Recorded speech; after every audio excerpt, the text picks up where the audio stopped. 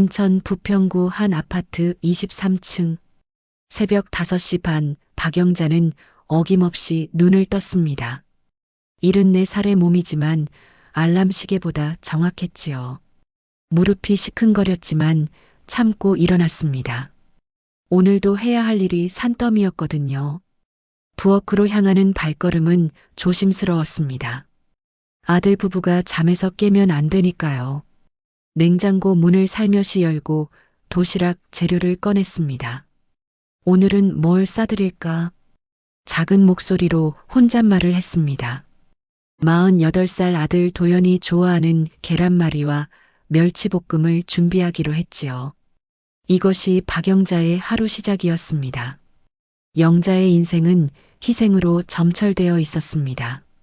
25세 남편을 잃고 갓 돌이 지난 아들 도연을 홀로 키워야 했지요. 친정도 시댁도 도움을 주지 않았습니다. 그저 여자 혼자 애 키우기 힘들 텐데라는 말만 들었을 뿐이었어요. 괜찮다, 영자야. 너 혼자서도 할 수 있어. 매일 밤 거울 앞에서 자신을 다독였습니다. 눈물이 나려 하면 꾹 참았지요. 울 시간도 없었거든요. 낮에는 부평 일대 집집마다 다니며 가사 도우미 일을 했습니다. 남의 집 청소를 하고 빨래를 널고 아이를 돌봤지요. 저녁에는 근처 식당에서 설거지를 했습니다. 하루에 4시간씩 자면서도 버텼습니다. 아들을 위해서였지요. 도연아, 엄마가 꼭 너를 대학 보내줄 거야. 아들이 잠든 모습을 바라보며 다짐했습니다. 작은 원룸이었지만 따뜻한 집이었어요. 그렇게 20년을 버텼습니다. 도연은 무사히 대학을 졸업하고 직장을 얻었지요. 그리고 좋은 여자와 결혼했습니다. 영자는 기뻤습니다. 드디어 우리도 행복해질 수 있구나 싶었거든요. 어렵게 모은 돈으로 부평에 작은 아파트를 마련했습니다. 아들 부부와 함께 살기 위해서였어요. 이제 진짜 가족이 되는구나. 영자의 마음은 설렜습니다. 50년 만에 처음 느끼는 희망이었지요. 하지만 현실은 달랐습니다. 며느리 수지는 처음부터 영자를 가족이 아닌 다른 존재로 대했습니다. 어머니, 내일 아침 일찍 일어나셔야 해요. 도연이 도시락 싸야 하거든요. 첫날부터 수진의 말투는 정중하지만 차가웠습니다. 영자는 고개를 끄덕였지요. 그럼요, 당연하지. 매일 새벽 5시 반에 일어나 도시락을 쌌습니다. 아들이 좋아하는 반찬들로 정성스럽게 채웠지요. 청소는 영자의 몫이었습니다. 거실, 방, 화장실까지 구석구석 닦았어요. 빨래도 영자가 했습니다. 세탁기를 돌리고 널고 개서 정리하는 일까지 모두요. 저녁 준비도 마찬가지였습니다. 수진이 퇴근하기 전에 미리 상을 차려놓았지요. 어머니, 고생 많으세요. 수진은 가끔 그렇게 말했습니다. 하지만 그 말에는 감사함이 없었어요. 마치 당연한 일을 하는 사람에게 하는 인사 같았지요. 영자는 점점 깨달았습니다. 자신이 이 집에서 가족이 아니라 무급 가정부 역할을 하고 있다는 사실을요. 아들 도연도 다르지 않았습니다. 엄마, 양말이 없어. 엄마, 와이셔츠 다렸어. 엄마, 저녁은 뭐야? 고마워하는 말은 없었습니다. 그저 당연하다는 듯이 요구만 했지요. 시간이 지날수록 상처는 깊어졌습니다. 명절에 친척들이 모였을 때였습니다. 영자는 부엌에서 음식을 준비하고 있었어요. 수진이 시어머니 모시기 힘들겠다. 요즘 며느리들은 안 해주잖아. 영자 씨가 직접 하시는구나. 친척들의 대화가 들렸습니다. 영자의 가슴이 먹먹해졌어요. 내가 짐이구나. 그런 생각이 스쳤습니다. 저녁 시간도 마찬가지였습니다. 영자가 정성껏 차린 상 앞에서 아들 부부는 자신들만의 이야기를 나눴어요. 영자는 그저 듣기만 했지요. 오늘 회사에서 승진 얘기가 나왔어. 정말? 그럼 우리 이제 좀 여유로워지겠네. 영자도 기뻤습니다. 하지만 그 기쁨을 나눌 상대는 아무도 없었어요. 그러던 어느 날 영자의 허리에 이상이 생겼습니다. 아침에 일어날 때 찌릿한 통증이 왔지요. 처음엔 나이 들어서 그런가 보다 했습니다. 하지만 통증은 점점 심해졌습니다. 청소를 할 때도 빨래를 넣을 때도 허리가 아팠어요. 그래도 참았습니다. 아프다고 하면 일을 못한다는 소리를 들을 것 같았거든요. 괜찮아, 영자야. 조금만 더 참아. 거울 앞에서 자신에게 말했습니다. 하지만 거울 속 자신의 모습이 초췌해 보였어요. 어느 날 저녁 설거지를 하던 중 허리에 극심한 통증이 왔습니다. 그 자리에 주저앉을 뻔했지요. 어머니, 괜찮으세요? 수진이 물었습니다. 하지만 진짜 걱정하는 목소리는 아니었어요. 응, 괜찮다. 영자는 억지로 웃으며 답했습니다. 그날 밤 잠자리에 누우며 생각했습니다. 이러다가 정말 큰일 나는 거 아닐까? 하지만 병원에 갈 엄두가 나지 않았습니다. 누군가에게 짐이 될 것 같았거든요. 영자는 아직 몰랐습니다. 이 작은 통증이 자신의 인생을 완전히 바꿔놓을 계기가 될 거라는 사실을요. 그리고 곧 자신이 이 집에서 얼마나 투명한 존재였는지 뼈저리게 깨닫게 될 거라는 사실도요. 영자의 허리 통증은 날이 갈수록 심해졌습니다. 아침에 일어날 때는 등이 굳어 있어 몸을 펴기까지 한참이 걸렸어요. 청소를 할 때는 쪼그려 앉는 게 힘들어서 무릎으로 기어다녀야 했지요.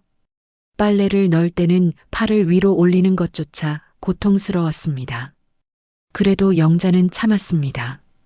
아들 부부에게 걱정을 끼치고 싶지 않았거든요. 괜찮아. 조금 쉬면 나아질 거야. 하지만 어느 날 아침 도시락을 싸다가 그만 바닥에 주저앉고 말았습니다. 허리에서 전기가 오르듯 아픈 게 견딜 수가 없었어요. 어머니, 부엌으로 나온 수진이 놀란 목소리로 물었습니다. 괜찮다, 괜찮아. 영자는 억지로 일어서려 했지만 다시 주저앉았어요. 이게 뭐예요? 정말. 수진의 목소리에 짜증이 섞여 있었습니다. 걱정보다는 불편함이 먼저 드러났지요. 결국 영자는 병원에 가게 되었습니다. 허리사에 5번 디스크가 심하게 눌려 있어요. 수술이 필요합니다. 의사의 말에 영자는 머리가 하얘졌습니다. 수술이라니요. 수술 안 하면 안 될까요? 지금 상태로는 일상생활이 불가능해질 겁니다. 빨리 하실수록 좋아요. 집에 돌아와 아들 부부에게 병원 결과를 알렸습니다. 수술이요? 도연이 놀란 표정을 지었습니다. 하지만 다음 말은 예상과 달랐어요. 그럼 집안일은 누가 해요? 영자의 가슴이 철렁 내려앉았습니다. 아들이 제일 먼저 걱정한 것이 자신의 몸이 아니라 집안일이었거든요.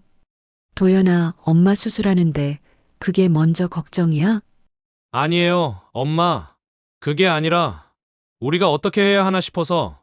도연은 당황하며 말했지만 이미 영자의 마음에는 상처가 났어요. 수진도 마찬가지였습니다. 입원은 얼마나 하셔야 해요? 일주일 정도. 그럼 그동안 집안일을. 역시 집안일 걱정이었습니다. 수술 날이 정해졌습니다. 영자는 작은 가방에 입원용품을 챙기며 생각했어요. 가족이 있으니 든든하겠구나. 하지만 현실은 달랐습니다. 어머니, 죄송한데 오늘 중요한 회의가 있어서 병원에 못 가요. 도연의 말이었습니다. 나도 프레젠테이션이 있어서. 미리 가 계셔도 되죠? 수진도 마찬가지였어요. 영자는 혼자 택시를 타고 병원에 갔습니다. 수술 전 동의서를 혼자 작성했지요. 간호사가 물었습니다. 보호자는 안 오세요? 곧 올 거예요. 영자는 거짓말을 했습니다. 너무 창피했거든요. 수술은 성공적으로 끝났습니다. 하지만 깨어난 병실에는 아무도 없었어요. 옆 침대 할머니는 아들, 며느리, 손자까지 와서 북적거렸습니다. 과일을 깎아주고 물을 먹여주고 손을 잡아주며 위로해줬어요.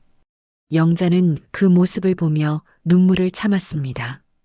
나도 저런 게 있을 줄 알았는데. 저녁 시간이 되어서야 도연이 왔습니다.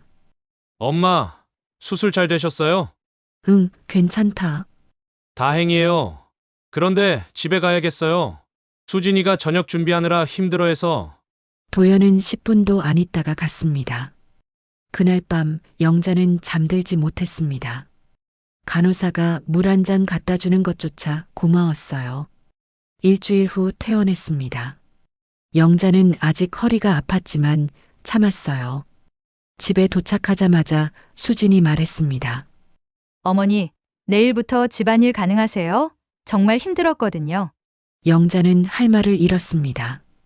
수술한 지 하루도 안 됐는데 집안일 얘기를 하다니요. 아직 허리가 아픈데. 그럼 어떻게 하라고요? 저도 회사 다니는데 집안일까지 할 수는 없잖아요. 수진의 목소리에 짜증이 묻어 있었습니다. 그래, 내가 해야지. 영자는 고개를 끄덕였어요. 달리 방법이 없었거든요. 그날부터 영자는 아픈 몸을 이끌고 다시 집안일을 시작했습니다. 허리가 아파도 참고 다리가 저려도 참았어요. 며칠 뒤 영자는 화장실에서 거울을 보다가 깨달았습니다. 내가 이 집에서 정말 가족일까? 수술할 때도 혼자였고 아플 때도 혼자였어요. 돌봄받기보다는 돌봄을 해야 하는 사람이었죠. 나는 이 집의 무급 가정부구나. 그 생각이 들자 가슴이 답답했습니다. 그날 저녁 아들 부부는 거실에서 TV를 보며 웃고 있었어요. 영자는 부엌에서 설거지를 하며 그 모습을 바라봤습니다. 저 사람들에게 나는 뭘까? 가족이라면 서로 돌봐줘야 하는 게 아닌가요? 아플 때 곁에 있어줘야 하는 게 아닌가요? 하지만 영자가 받은 건 요구뿐이었어요. 도시락, 청소, 빨래, 요리. 끝없는 요구만 있을 뿐이었죠. 그날 밤 영자는 침대에 누워 천장을 바라봤습니다. 이대로 계속 살아야 하나? 처음으로 그런 생각이 들었어요. 지금까지는 가족을 위해서라며 모든 걸 참아왔는데 과연 자신도 이 가족의 일원인지 의문이 생겼거든요. 영자의 마음 한편에서 작은 변화가 시작되고 있었습니다. 나도 나를 위해 살 권리가 있지 않을까? 아직은 작은 생각이었지만 이것이 영자의 인생을 바꿀 첫 번째 씨앗이었습니다. 하지만 영자는 아직 몰랐습니다. 곧 더 큰 충격이 기다리고 있다는 사실을요. 그리고 그 충격이 자신을 완전히 다른 사람으로 만들어버릴 거라는 사실도요. 수술 후 한 달이 지났지만 영자의 허리는 여전히 아팠습니다. 그래도 매일 새벽 5시 반에 일어나 도시락을 쌌어요. 청소를 하고 빨래를 하고 저녁을 준비했지요. 아픈 내색은 하지 않았습니다. 어느 일요일 오후였습니다. 베란다에서 빨래를 널고 있었어요. 거실에서 아들 부부가 대화하는 소리가 들려왔습니다. 처음엔 신경 쓰지 않았어요. 그런데 자신의 이름이 나오는 게 들렸습니다. 어머니 때문에 우리 생활이 너무 제약받는 것 같아. 수진의 목소리였습니다. 영자의 손이 멈췄어요. 제약이라니. 도연이 물었습니다. 친구들이랑 약속도 못 잡겠어. 어머니가 계시니까 자유롭게 못 하겠다고. 그래도 우리 엄만데. 당신은 회사 가면 되지만 나는 집에서 어머니랑 계속 있어야 한다고. 답답해 죽겠어. 영자의 가슴이 철렁 내려앉았습니다. 그럼 어떻게 하자는 거야? 요양원 알아보자. 수진의 말에 영자는 빨래 집게를 떨어뜨렸습니다. 요양원이라니.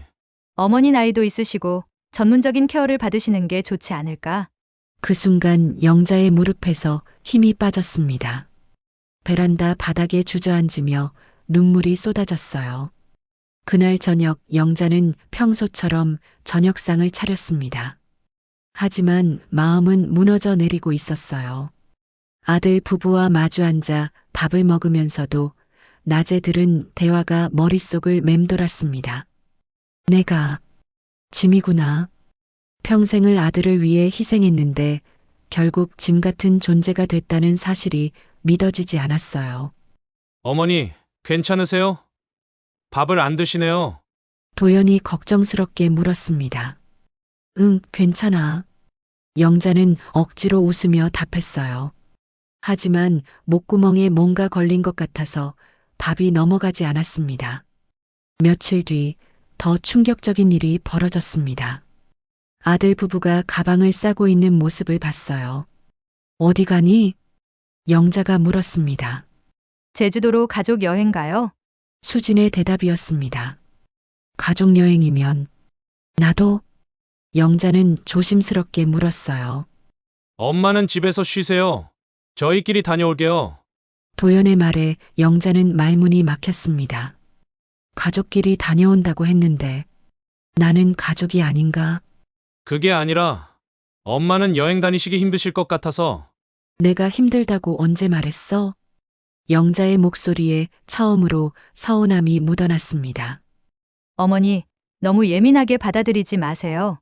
수진이 짜증 섞인 목소리로 말했어요. 가족 여행이라는 말이 나를 가족에서 빼놓는 것 같아서. 에이, 뭔 소리예요? 그냥 저희끼리 다녀오겠다는 건데. 그래, 너희끼리 다녀와. 영자는 고개를 돌렸습니다. 더 이상 할 말이 없었어요. 아들 부부가 제주도로 떠난 후 집은 조용했습니다. 영자는 텅 빈 거실에 혼자 앉아 있었어요. 평생 처음으로 완전히 혼자인 시간이었습니다. 가족 여행. 그 말이 계속 머릿속을 맴돌았어요. 자신만 빼고 가는 가족 여행이라니요. 영자는 부엌으로 가서 냉장고를 열었습니다. 아들이 좋아하는 밑반찬들이 가득했어요. 자신이 정성껏 만든 것들이었죠. 하지만 이제 그 밑반찬을 먹을 사람도 없었습니다. 거실로 돌아와 TV를 틀었어요. 가족끼리 여행을 떠나는 광고가 나왔습니다. 할머니, 부모, 아이들이 함께 웃으며 걷는 모습이었어요. 영자는 리모컨을 던져버렸습니다. 가족이 뭐야? 가족이.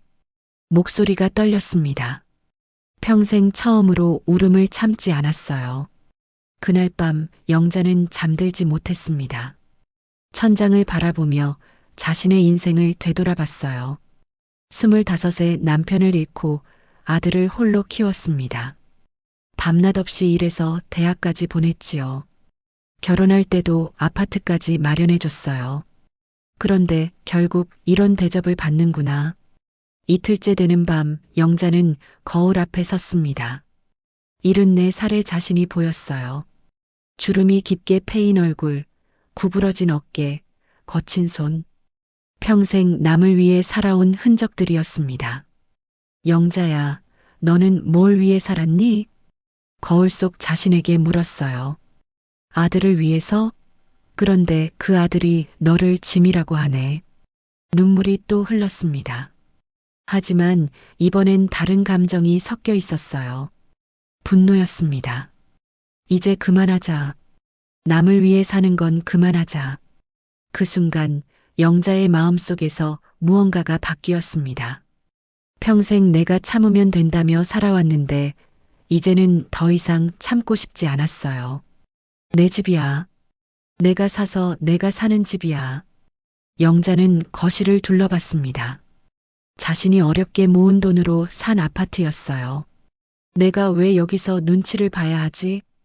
처음으로 그런 생각이 들었습니다. 다음 날 아침 영자는 부동산 전단지를 꺼내봤습니다. 평소에는 버렸을 텐데 이날은 유심히 들여다봤어요. 집값이 많이 올랐네. 혼잣말을 했습니다. 이 집을 팔면 나 혼자 살 수 있을까? 상상만 해도 가슴이 두근거렸어요. 74살에 새로 시작한다는 게 가능한 일일까요? 하지만 동시에 희망도 생겼습니다. 그래, 한번 해보자. 내 인생인데 왜 못해? 그날 오후 영자는 작은 수첩을 꺼내 뭔가를 적기 시작했습니다. 나를 위한 계획이라고 제목을 썼어요. 아직 구체적인 계획은 없었지만 마음만은 확실했습니다. 더 이상 남의 인생을 살지 않겠다는 결심 말이에요. 이틀 후 아들 부부가 여행에서 돌아왔습니다. 엄마, 잘 계셨어요? 도연이 가방을 놓으며 물었어요. 응, 잘 있었어. 영자의 목소리는 평소와 달랐습니다. 더 담담하고 더 차분했어요. 집안일 못해서 죄송해요. 내일부터 다시 할게요. 수진이 말했지만 영자는 대답하지 않았어요. 그날 저녁 영자는 평소처럼 저녁상을 차렸습니다. 하지만 마음은 완전히 달라져 있었어요. 이게 마지막 일 수도 있어. 그런 생각이 들자 오히려 편안했습니다. 아들 부부는 여행 이야기에 열중했어요. 영자는 조용히 듣고만 있었습니다. 엄마도 다음에는 함께 가요. 도연이 말했지만 영자는 미소만 지었어요. 다음이 있을까? 그날 밤 영자는 수첩을 다시 꺼내 계획을 구체화하기 시작했습니다. 조용한 혁명이 시작된 것입니다. 영자는 계획을 실행에 옮기기로 했습니다. 아침 일찍 부동산 사무소에 전화했어요. 떨리는 손으로 번호를 눌렀습니다. 여보세요? 집 좀 내놓고 싶은데요. 어떤 집이신가요? 부평구 23층 아파트요. 금매로 내놓고 싶어요. 전화를 끊고 나서 영자는 한동안 멍하니 앉아 있었어요. 74해 만에 처음으로 자신만을 위한 선택을 한 것이었습니다.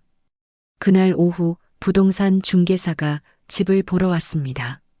관리 상태가 아주 좋네요. 가격만 맞으면 금방 나갈 것 같은데요. 얼마나 받을 수 있을까요? 지금 시세로는 4억 정도 될 것 같습니다. 4억. 영자에게는 큰 돈이었어요. 이 돈이면 어디서든 새로 시작할 수 있을 것 같았습니다.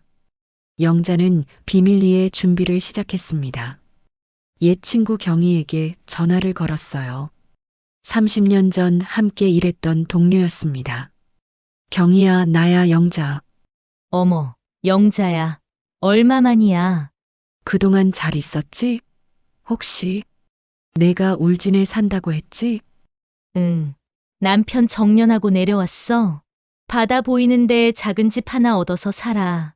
거기 어때? 좋지. 공기도 맑고 사람들도 정겹고. 왜? 혹시 이사 생각 있어? 영자는 잠시 망설였어요. 그러다 솔직하게 말했습니다. 아들 집에서 나오려고. 어머, 무슨 일이야? 말하면 길어. 나중에 만나서 얘기할게. 그래. 언제든 놀러와. 방도 하나 비어 있고. 전화를 끊은 후 영자는 마음이 한결 가벼워졌어요. 며칠 후 집이 팔렸습니다. 계약하러 온 젊은 부부가 집을 둘러보며 만족해했어요. 정말 깨끗하게 관리하셨네요. 아이 키우기에도 좋은 동네고요. 영자는 미소를 지었습니다. 이 집에 새로운 가족이 들어와 행복하게 살 것 같았거든요. 계약금을 받는 순간 영자의 가슴이 뛰었습니다. 74년 만에 처음으로 자신이 결정한 일이었어요. 아들 부부가 여행에서 돌아온 지 일주일 후였습니다. 영자는 저녁 식사 후 차분히 말했어요. 도연아, 수진아, 할 말이 있어. 뭔데요, 어머니? 수진이 물었습니다. 나 이사 가려고 짐 쌌어. 순간 정적이 흘렀어요. 이사요? 어디로요? 도연이 놀라며 물었습니다. 울진으로. 그리고 이 집 팔았어. 뭐라고요? 수진이 벌떡 일어났어요. 어머니, 갑자기 왜 이러세요? 도연도 당황했습니다. 영자는 조용히 말했어요. 갑자기가 아니야. 오래 생각한 거야. 그럼 저희는 어떻게 하라고요? 수진의 목소리에 당황함이 묻어 있었어요. 알아서 해. 그동안 내가 너희한테 했던 것처럼. 어머니, 뭔 소리예요? 우리가 어머니한테 뭘 어떻게 했다는 거예요? 나를 가족이 아니라 가정부로 봤잖아. 영자의 목소리는 담담했지만 단호했어요. 수술할 때도 혼자였고 가족여행도 혼자 남겨졌지. 내가 이 집에서 뭐였어? 도시락 싸고 청소하고 빨래하는 사람이었지. 도연이 입을 열었습니다. 엄마, 그게 아니라 아니라고? 그럼 뭐야? 내가 아플 때 집안일은 누가 해요? 라고 했던 사람이 누구야? 그건 그때 당황해서 30년 동안 너를 위해 살았는데 결국 요양원 보내려고 했잖아. 수진이 얼굴을 붉혔어요. 그건 어머니를 위해서. 내가 언제 요양원 가고 싶다고 했어? 영자는 30년간 쌓인 서러움을 차분히 털어놓았습니다. 도연이 눈물을 흘리기 시작했어요. 엄마 미안해. 엄마, 정말 몰랐어. 우리가 엄마한테 그런 상처를 줬는지. 수진도 고개를 숙였습니다. 어머니, 저도 죄송해요. 미안해서 되는 일이야? 영자는 담담하게 말했어요. 나는 이제 내 삶을 살고 싶어. 74년 동안 남을 위해서만 살았거든. 엄마, 그러지 마요. 우리가 잘못했어요. 다시 시작해요. 도연이 매달렸지만 영자는 고개를 저었어요. 늦었어. 나는 이미 결정했어. 정말 가실 거예요? 수진이 조심스럽게 물었어요. 그래. 바다가 보이는 곳에서 내 이름으로 살아볼 거야. 이사하는 날 도연 부부가 도와주러 왔습니다. 트럭에 짐을 실으며 도연이 말했어요. 엄마, 자주 연락드릴게요. 그래, 연락은 하자. 어머니, 정말 죄송해요. 우리가 너무 몰랐어요. 수진도 눈물을 흘렸어요. 이제 됐어. 너희도 잘 살아라. 영자는 아파트를 마지막으로 둘러봤습니다. 30년간 살았던 집이었지만 이제는 아무런 미련이 없었어요. 울진으로 가는 버스 안에서 영자는 창밖을 바라봤습니다. 점점 멀어지는 인천의 풍경을 보며 생각했어요. 이제 진짜 내 인생이 시작되는구나. 친구 경희가 버스터미널에서 기다리고 있었어요. 영자야, 왔구나. 경희야, 고마워. 뭘 고마워해. 이제 우리 같이 바다 보며 살자. 경희가 준비한 작은 집은 바다가 내려다 보이는 곳에 있었습니다. 창문을 열자 시원한 바닷바람이 들어왔어요. 여기서 새로 시작하는 거야, 영자야. 응, 새로 시작하는 거야. 그날 밤 영자는 파도 소리를 들으며 잠들었습니다. 74년 만에 처음으로 자신만을 위한 잠자리였어요. 꿈에서 영자는 젊은 시절의 자신을 만났습니다. 고생 많았어, 영자야. 이제 내 삶을 살아보자. 다음 날 아침 영자는 바닷가를 산책했습니다. 파도가 밀려왔다가 썰물처럼 빠져나갔어요. 마치 인생 같다는 생각이 들었습니다. 밀려왔다가 빠져나가는 게 인생이구나. 이제 내 차례야. 작은 강아지 한 마리가 다가왔어요. 목줄도 없이 자유롭게 뛰어다니는 모습이 영자와 닮았습니다. 너도 자유로우니까 좋겠다. 강아지가 영자의 발을 핥았어요. 아리라고 부를까? 그날부터 영자는 아리와 함께 새로운 일상을 시작했습니다. 텃밭을 가꾸고 이웃과 인사하고 바다를 보며 차를 마시는 소소한 행복이었어요. 일주일 후 도연에게서 전화가